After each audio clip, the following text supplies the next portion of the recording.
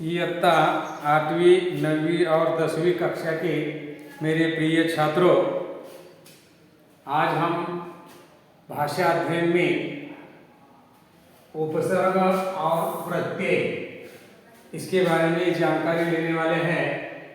तो सबसे पहले हमें उपसर्ग किसे कहते हैं या प्रत्यय किसे कहते हैं, इसकी जानकारी लेना आवश्यक है।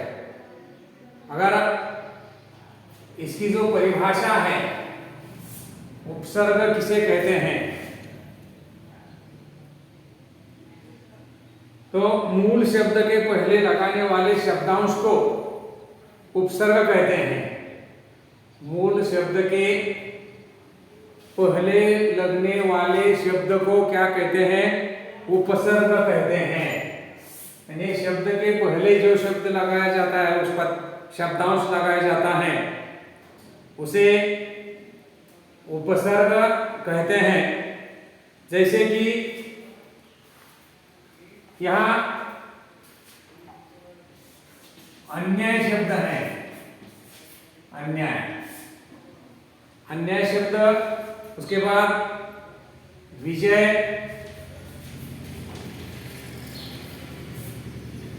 उसके बाद उपग्रह,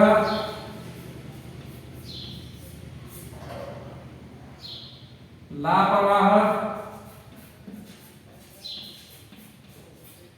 ऐसे शब्द आपके सामने हैं। और उस शब्द में से आपको उपसर्ग अलग करना है, तो आपको सवाल पूछा जा सकता है कि उपसर्ग तथा प्रत्यय अलग करके लिखो। तो ऐसे शब्द दिए जाते हैं, तो उसमें अ और मूल शब्द है न्याय, अन्याय। अ क्या है? उपसर्ग। उसके बाद वी अधिक जय, वी क्या है? उपसर्ग है। उसके बाद उपग्रह है, उप अधिक ग्रह, उपग्रह। और चौथा शब्द है लापरवाह में ला, ला अधिक परवाह। नहीं, ला क्या है? उपसर्ग है।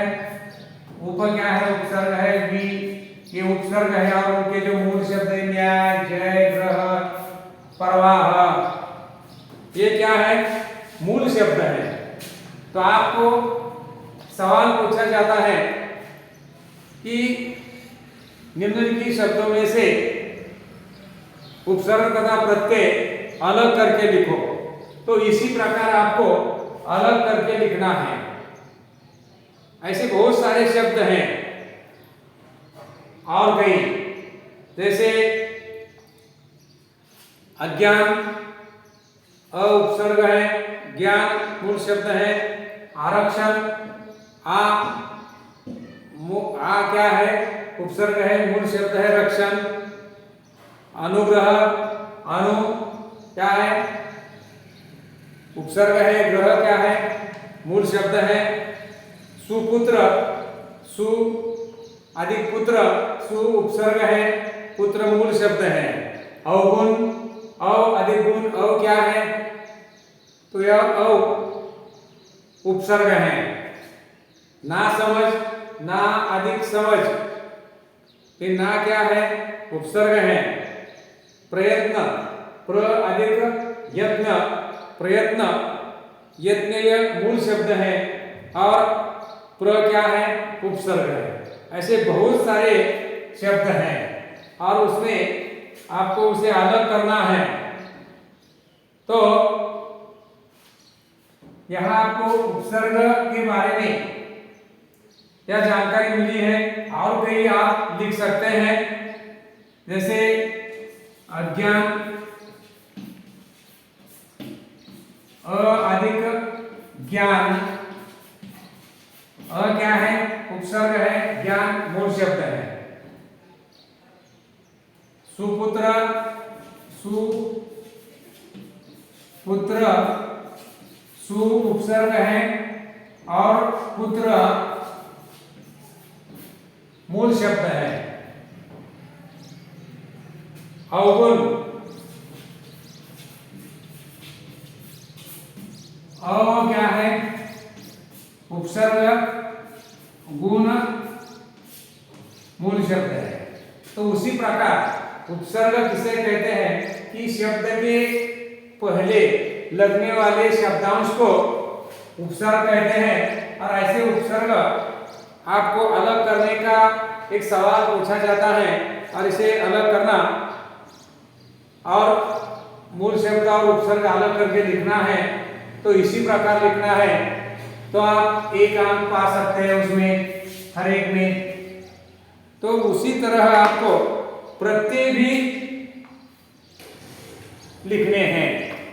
जैसे उपसर्ग तो उसके बाद प्रत्यय, जैसे कि आपने देखा कि शब्द के पहले जो शब्दांश आता है उसे उपसर्ग कहते हैं और शब्द के अंत में लगने वाले शब्दांश को प्रत्यय कहते हैं। शब्द के अंत में, शब्द के समाप्ति के बाद जो शब्दांश आता है और इस शब्दांश को प्रत्यय कहते हैं। तो जैसे कि यहाँ कई उदाहरण मैं देता हूं कि सुंदरता,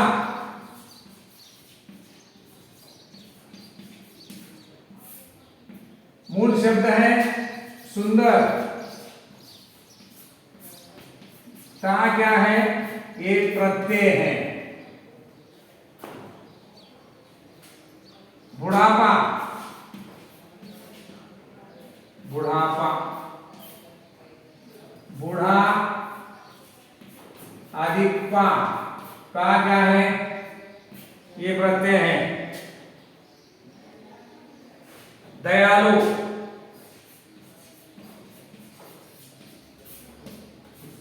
दया अधिक आलू, यानी दयालु क्या? लू, दया अधिक लू, दयालु। उसके बाद ऐसे कई शब्द हैं जरा उन्हें हमें लिखना है। जैसे बुद्धिमान या रंगहीन, रंगहीन, रंग मूल शब्द है, हीन जो है ये प्रत्यय है। के अंदर तकदीर वाला, तकदीर वाला, तो तकदीर क्या है?